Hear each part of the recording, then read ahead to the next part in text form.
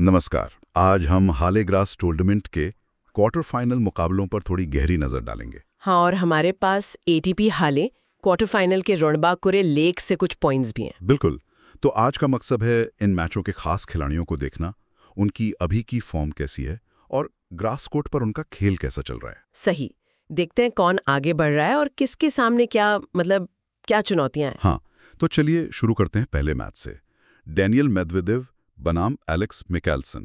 अब देखिए, Medvedev grass पर शायद उतने विस्फोटक ना हो, पर वो जीतते लगातार हैं। हाँ, ये बात तो है।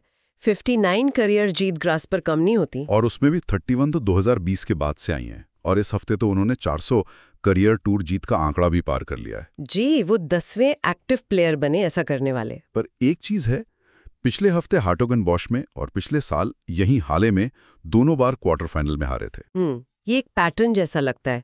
और उनके सामने है एलेक्स मिकेल्सन। स्टुटगार्ट में तो हारे थे, लेकिन हाले में वापसी की और सित्सिपास जैसे अनुभवी खिलाड़ी को हराया। हाँ, मिकेल्सन ग्रास पर अच्छा खेलते हैं। न्यूपोर्ट में 2 बार फाइनल तक पहुंचे हैं। बिल्कुल। और दिलचस्प बात यह है कि इसी हफ्ते उन्होंने ग्रास पर अपना पहला टॉप 20 प्लेयर हराया, सिरुंडोलो को। अच्छा। और अब मेदवेदेव के रूप में एक और टॉप 20 की चुनौती। जी, हेड टू हेड में मेदवेदेव 1-0 से आगे हैं। देखिए, ग्रास पर मिकेल्सन के पास हार्ड कोर्ट या क्ले से शायद बेहतर मौका हो सकता है। लेकिन फेवरेट तो मेदवेदेव ही रहेंगे। हाँ, अनुभव के लिहाज से तो वही फेवरेट है। चलिए, अब आते हैं अलेक्जेंडर ज़्वेरेव और फ्लेवियो कोबोली पर। ज़्वेरेव ने सोनेगो के खिलाफ कमाल की सर्व की। हाँ, 90% फर्स्ट सर्व, ये तो बहुत ज्यादा है। और इस ग्रास स्विंग में ये उनका पहला मैच था जो निर्णायक सेट तक गया। हाँ, हाल ही में वैसे उनका रिकॉर्ड काफी अच्छा रहा है। 2 बार उप विजेता रहे हैं और क्वार्टर फाइनल में 4-1 का रिकॉर्ड है। पर एक बात थोड़ी खटक रही है। क्या? 2025 में, मतलब इस साल, वो 7 में से 4 क्वार्टर फाइनल हार चुके हैं। ओहो, ये आंकड़ा तो सोचने वाला है। और सामने है फ्लेवियो कोबोली, जो इस हफ्ते दोनों मैच अंडरडॉग की तरह खेले और 3 सेट में जीते। हाँ, कोबोली के बारे में सुना है कि जब लय मिलती है तो वो उसे छोड़ते नहीं। बिल्कुल।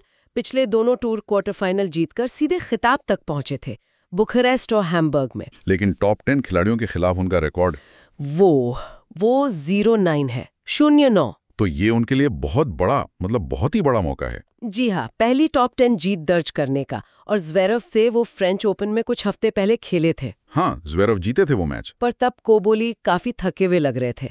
इस बार वो फ्रेश है और फॉर्म में भी। मुझे लगता है ये टक्कर अच्छी होगी। जरूर। अब आगे बढ़ते हैं। अलेक्जेंडर बुब्लिक बनाम टॉमस माचाक। अरे वाह, बुब्लिक। हाँ, बुब्लिक में तो कमाल ही कर दिया। डिफेंडिंग चैंपियन और टॉप सीड यानिक सिनर को हरा दिया। और सिनर की वो 66 मैचों की जीत की स्ट्रीक तोड़ी टॉप 20 के बाहर के खिलाड़ियों के खिलाफ। ये तो बहुत बड़ी बात है। बुब्लिक ग्रास पर कितने खतरनाक हो सकते हैं, ये उन्होंने 2023 में हाला जीतकर दिखाया था। हाँ, वो चैंपियन रह चुके हैं यहाँ के। लेकिन वही बात है, वो बहुत अप्रत्याशित है। बिल्कुल।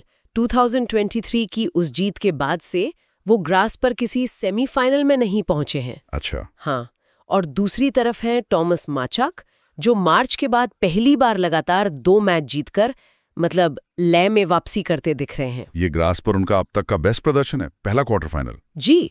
और एक और दिलचस्प बात, वो 2015 में टॉमस बर्डिच के बाद हाले क्वार्टर फाइनल में पहुंचने वाले पहले चेक खिलाड़ी हैं। ओहो, तो इतिहास भी बन रहा है। एक तरह से हाँ। अब देखिए, सिनर पर जीत के बाद बुब्लिक फेवरेट तो है ही, हेड टू हेड में भी 1-0 से आगे हैं।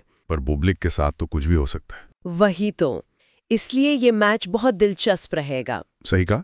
और अब आखिरी क्वार्टर फाइनल, करन खाचनोव बनाम टॉमस मार्टिनेचुवेरी। खाचनोव का सीजन कैसा रहा है? हाँ, खाचनोव का प्रदर्शन इस सीजन का एक तरह से आईना ही है। करीबी मैच जीतते हैं, खासकर निचले रैंक वाले खिलाड़ियों के खिलाफ। हाल ही में तो वो लगातार अच्छा करते आए हैं। 6 में से 5वीं बार क्वार्टर फाइनल में हाँ, कंसिस्टेंट रहे हैं यहाँ पहुंचने में। पर उनका क्वार्टर फाइनल रिकॉर्ड यहाँ सिर्फ 1-3 का है। सिर्फ 1-3? पिछले 3 बार हारे हैं मतलब। जी हाँ। ये उनके लिए एक बाधा रही है। और उनके सामने है टॉमस मार्टिन एचवेरी, जो 2005 के बाद हाले क्वार्टर फाइनल में पहुंचने वाले पहले अर्जेंटीनाई बने हैं। ये भी एक दिलचस्प आंकड़ा है। और ये ग्रास पर उनका भी बेस्ट परफॉर्मेंस है। और उन्होंने यहाँ रुब्लेव को हराया। क्ले कोर्ट के बाहर किसी टॉप 20 खिलाड़ी पर उनकी पहली जीत। हाँ, ये उनके आत्मविश्वास के लिए बहुत बहुत बड़ी जीत है, रैंकिंग के लिए भी। तो क्या लगता है इस मैच में? खाचनोव हेड टू हेड में 1-0 से आगे हैं। हाँ, वो आगे हैं। और खाचनोव देखिए, इस साल शायद बहुत डोमिनेंट न दिखे हों, पर उनकी स्थिरता उन्हें बढ़त देती है। लेकिन एचोवेरी का कॉन्फिडेंस, बिल्कुल, उस बढ़े हुए आत्मविश्वास के साथ एचोवेरी निश्चित रूप से खाचनोव को कड़ी टक्कर दे सकते हैं। तो कुल मिलाकर इन सभी मैचों में एक बात साफ दिख रही है, कहीं अनुभव और युवा जोश की टक्कर है तो कहीं स्थिरता और अप्रत्याशित फॉर्म की। हाँ, ये मुकाबले वाकई बहुत दिलचस्प मोड़ पर खड़े हैं। तो मतलब साफ है, ये सिर्फ टेनिस स्किल का टेस्ट नहीं है, बल्कि ग्रास कोर्ट पर कौन कितना माहिर है, किसकी दिमागी मजबूती ज्यादा है, और कौन सही मौके पर चौका मारता है या कहें एस मारता है। बिल्कुल। और एक आखिरी बात सोचने वाली है, विंबलडन बस कुछ ही दूर है। हाँ, सही। तो यहाँ हाले क्वार्टर फाइनल के जो नतीजे होंगे, उनका असर इन खिलाड़ियों के आगे के ग्रास कोर्ट सीजन और उनके आत्मविश्वास पर कैसा पड़ेगा? ये तो है। क्या कोई छुपा रुस्तम यहाँ से निकलकर आगे बड़ी कहानी लिख सकता है? हाँ, कौन जानता है, देखने लायक होगा ये सब। नमस्कार, आज हम बर्लिन महिला टेनिस क्वार्टर फाइनल पर बात करेंगे। हमारे पास कुछ लेख हैं और हम देखेंगे कि इनमें क्या खास बातें हैं। ग्रास कोर्ट सीजन है तो मुकाबले तो दिलचस्प होंगे ही। बिल्कुल। तो आज नजर डालते हैं 4 क्वार्टर फाइनल्स पर। ऑन्स जेब्यूर बनाम मार्केटा वोंड्रोसोवा, पाउला बदोसा बनाम वांग शिन्यू, फिर आरियाना साबालेंका बनाम एलेना रिबाकिना और अमांडा एनिसिमोवा बनाम ल्यूडमिला सैमसोनोवा। चलिए शुरुआत करते हैं ऑन्स जेब्यूर और मार्केटा वोंड्रोसोवा से। जेब्यूर की कहानी तो कमाल की है। हाँ, मतलब क्वालिफाइंग में हारी, फिर लकी लूजर बनकर आई। हाँ, और आते ही टॉप सीड जैस्मिन पाउलिनी को हरा दिया। ये बड़ी बात है, बहुत बड़ी बात। और ग्रास पर उनका रिकॉर्ड देखिए, 2 ग्रैंड स्लैम फाइनल और 2022 में तो वो यहीं बर्लिन में चैंपियन थी। बिल्कुल, ग्रास उन्हें पसंद है, ये साफ है।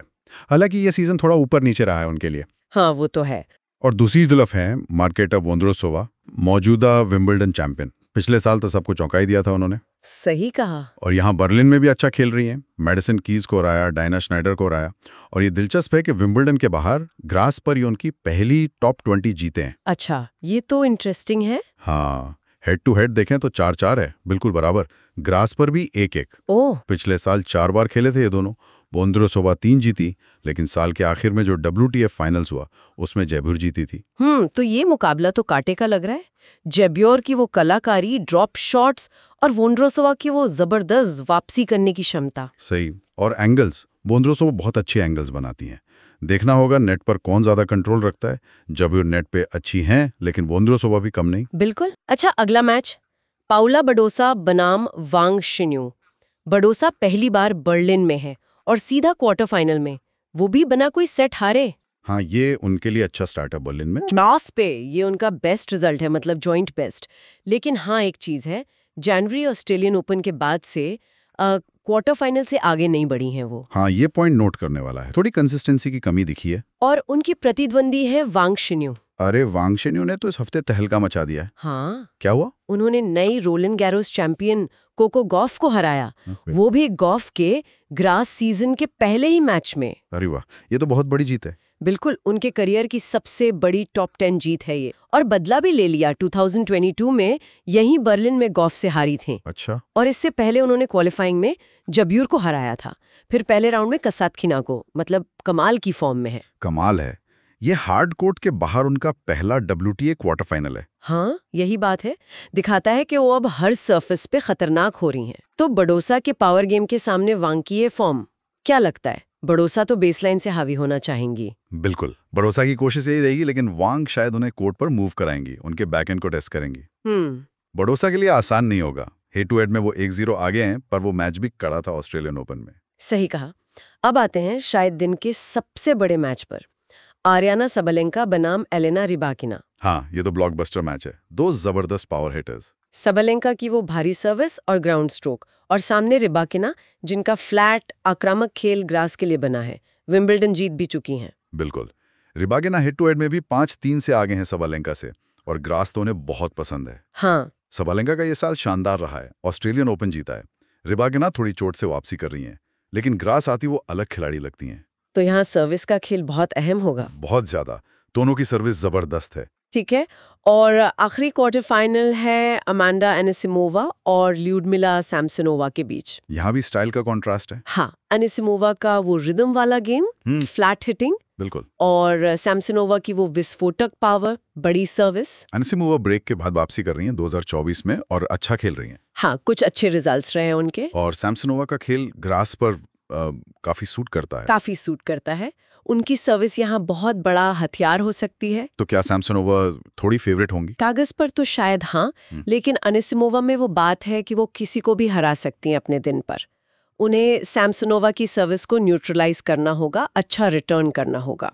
तो यहाँ भी उलटफेर हो सकता है। बिल्कुल। तो ये चारों मैच वाकई काफी दिलचस्प लग रहे हैं। इन सब का मतलब क्या है? मतलब टूर्नामेंट के लिए, आगे के लिए? देखिए, यहाँ जो बात सबसे ज्यादा ध्यान खींच रही है वो ये है कि ग्रास कोर्ट पर पुराना प्रदर्शन और अभी की फॉर्म, इन दोनों के बीच एक तरह की टक्कर चल रही है। हाँ, सही। एक तरफ आपके पास जेब्यूर, वोंद्रोसोवा, रिबाकिना है, जिनका ग्रास पर ट्रैक रिकॉर्ड बहुत अच्छा है, विंबलडन में सफलता मिली है। और दूसरी तरफ वांग जैसी खिलाड़ी हैं जो एकदम से उभर कर आई हैं, इस हफ्ते बड़े उलटफेर कर रही हैं।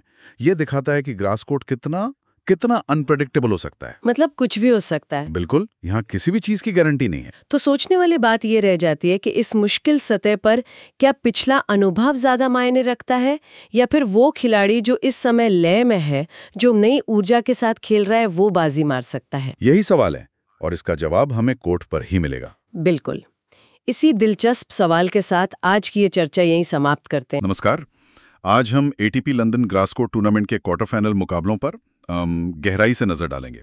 हमारे पास कुछ विश्लेषण हैं, मैच प्रीव्यू हैं। तो आज की चर्चा का मकसद है इन अहम मुकाबलों के मुख्य पहलुओं को समझना। खिलाड़ियों की मौजूदा फॉर्म कैसी है, उनके आमने सामने के रिकॉर्ड क्या कहते हैं। चलिए देखते हैं। बिल्कुल। और देखिए, ग्रास सीजन हमेशा ही कुछ दिलचस्प कहानियां सामने लाता है। खासकर ये क्वार्टर फाइनल, जहां अनुभव है, युवा जोश है और हाँ, घरेलू समर्थन का भी तड़का है। हाँ, तो पहले बात करते हैं जिरी लेहेका बनाम जेकब फर्नली की। लेहेका देखिए, पिछले साल तो चोट की वजह से ग्रास पर खेल ही नहीं पाए थे, लेकिन इस साल वापसी की है, और क्या वापसी की है। एलेक्स डी मिनोर और गैब्रियल डायलॉन दोनों को सीधे सेटों में हराया। हाँ, ये बहुत प्रभावशाली वापसी है और ये लगातार दूसरा ग्रास कोर्ट क्वार्टर फाइनल है उनके लिए। ये भी बड़ी बात है। लेकिन एक चीज है, उनका ओवरऑल क्वार्टर फाइनल रिकॉर्ड 9-10 का है। वो थोड़ा सा सोचने पर मजबूर करता है। और पिछले 2 क्वार्टर फाइनल वो हारे भी हैं। तो कहीं ये एक पैटर्न तो नहीं बन रहा? सही कहा।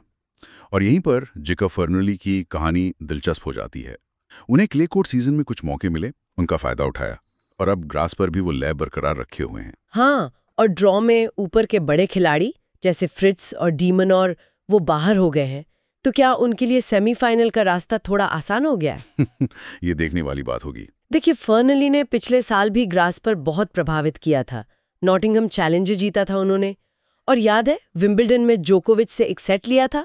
तब तो उनकी रैंकिंग 500 के भी बाहर थी। बिल्कुल याद है, कमाल का मैच था वो। तो उनमें क्षमता है, और अब तो घर पे खेल रहे हैं लंदन में।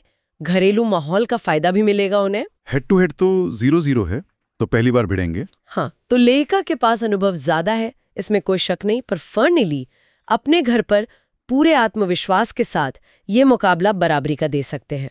अच्छा, अब आते हैं जैक ड्रेपर बनाम ब्रैंडन नाकाशमा पर। ड्रेपर भाई खिताब के प्रबल दावेदार के रूप में उतरे हैं यहाँ, और दूसरे दौर में एलेक्सी पोपेरिन के खिलाफ जिस तरह पिछड़ने के बाद वापसी की उन्होंने, कमाल था वो। हाँ, वो उनकी मानसिक मजबूती दिखाता है। लेकिन एक बात है, लंदन में क्वार्टर फाइनल उनके लिए थोड़ी बाधा सी रही है। 2021 में भी और 2024 में भी यहीं हारे थे वो। ये बात ध्यान रखने वाली है। हालांकि इस साल उनका ओवरऑल क्वार्टर फाइनल रिकॉर्ड काफी अच्छा है, 3-1 का, और वो अपने करियर की बेस्ट चौथी रैंक पर भी हैं। तो आत्मविश्वास तो होगा। उनके सामने है ब्रैंडन नाकाशिमा। वो पहली बार लंदन के क्वार्टर फाइनल में पहुंचे हैं। स्टुटगार्ट में भी क्वार्टर फाइनल तक गए थे, तो ग्रास पर फॉर्म में लग रहे हैं। हाँ, नाकाशिमा जुझारू खिलाड़ी हैं, इसमें कोई शक नहीं। वो लड़ते हैं, पर उनका टॉप 10 खिलाड़ियों के खिलाफ रिकॉर्ड देखें तो वो बहुत अच्छा नहीं है। 2-13 का रिकॉर्ड है, और हाल के 7 मैच जो उन्होंने टॉप 10 के खिलाड़ियों के खिलाफ खेले हैं, वो सारे हारे हैं। ड्रेपर अभी टॉप 10 के बहुत करीब हैं। हाँ, ये एक अहम आंकड़ा है। हेड टू हेड में भी ड्रेपर 2 वीक से आगे हैं और ग्रास पर जो एक मैच हुआ है वो भी ड्रेपर ने जीता है। सही। तो भले ही नाकाशिमा का ओवरऑल ग्रास रिकॉर्ड 28-17 ड्रेपर 19-13 से थोड़ा बेहतर दिखे, पर ड्रेपर की जो मौजूदा फॉर्म है और घर का समर्थन, बिल्कुल, और शायद नाकाशिमा की वो टॉप खिलाड़ियों के सामने थोड़ी हिचक। हाँ, तो इन सब वजहों से ड्रेपर यहाँ फेवरेट लग रहे हैं। सहमत हूँ। चलिए अब तीसरे क्वार्टर फाइनल पर चलते हैं। हॉल्गर रून बनाम रॉबर्टो बोतिस्ता अगुट। रूने ने दूसरे दौर में मैकेंजी मैकडोनाल्ड के खिलाफ पहला सेट हारने के बाद शानदार वापसी की।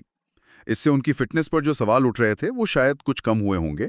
फिटनेस इस साल उनके लिए एक मुद्दा रही है। हाँ, और जब रूने फिट होते हैं हमने देखा है वो बड़े नतीजे दे सकते हैं। इंडियन वेल्स का फाइनल याद कीजिए, बार्सिलोना में अल्कराज को हराया था, और लंदन में भी अपना पिछला क्वार्टर फाइनल 2023 उन्होंने जीता था। उनके सामने है अनुभवी रॉबर्टो बोतिस्ता अगुट। वो अपने अनुभव का पूरा फायदा उठा रहे हैं। उन्होंने ऐसे खिलाड़ियों को हराया है जिनके पास शायद ग्रास का उतना अनुभव नहीं था। हाँ, अनुभव तो उनके पास बहुत है, लेकिन क्या सिर्फ अनुभव काफी होगा? उनका 2025 का रिकॉर्ड देखें तो 9-15 का है, जो बहुत साधारण है। कोई सेमीफाइनल नहीं खेला इस साल और टॉप 10 के खिलाफ तीनों मैच हारे हैं, जिसमें से एक तो हाल ही में फ्रेंच ओपन में रूने से ही हारे थे। ओहो, अच्छा। और ग्रास पर भी टॉप 10 के खिलाफ उनका रिकॉर्ड कुछ खास नहीं है, 4-10 का है। और सबसे बड़ी बात शायद ये है कि हेड टू हेड में रूने 3-0 से आगे हैं। बिल्कुल। तो हो सकता है रूने के पास ग्रास पर बहुत सारे मैच जीतने का अनुभव, सिर्फ 13 जीत ना हो, लेकिन बड़े टूर्नामेंट में अच्छा प्रदर्शन करने का अनुभव है। और बोतिस्ता अगुट पर उनकी ये जो बढ़त है, ये मानसिक तौर पर उन्हें आगे रखेगी। हाँ, मुझे भी लगता है यहाँ रूने का पलड़ा भारी है। तो कुल मिलाकर ये क्वार्टर फाइनल स्टेज अब पूरी तरह तैयार है। एक तरफ फॉर्म में चल रहे घरेलू पसंदीदा खिलाड़ी हैं, दूसरी तरफ वापसी कर रहे प्रतिभाशाली युवा हैं, और साथ में अनुभव के दम पर टिके वेटरन खिलाड़ी भी। बिल्कुल, हर मैच की अपनी एक कहानी होगी, अपनी एक लय होगी। यहीं से टूर्नामेंट का असली रोमांच मतलब शुरू होता है। यहाँ एक सवाल मेरे मन में आ रहा है सोचने के लिए। हाँ, बताइए कि क्या ये क्वार्टर फाइनल स्टेज ही वो पड़ाव है जहां किसी खिलाड़ी के मानसिक दृढ़ संकल्प की, उसके मेंटल फॉर्टिट्यूड की सबसे बड़ी परीक्षा होती है? मतलब जब जीत आपको खिताब के इतने करीब ले जाती है और हार आपको एकदम से खाली हाथ घर भेज देती है, खासकर जब उम्मीदें इतनी ज्यादा हों। ये वाकई एक दिलचस्प सवाल है। इस पर सोचने के लिए छोड़ते हैं अपने श्रोताओं को।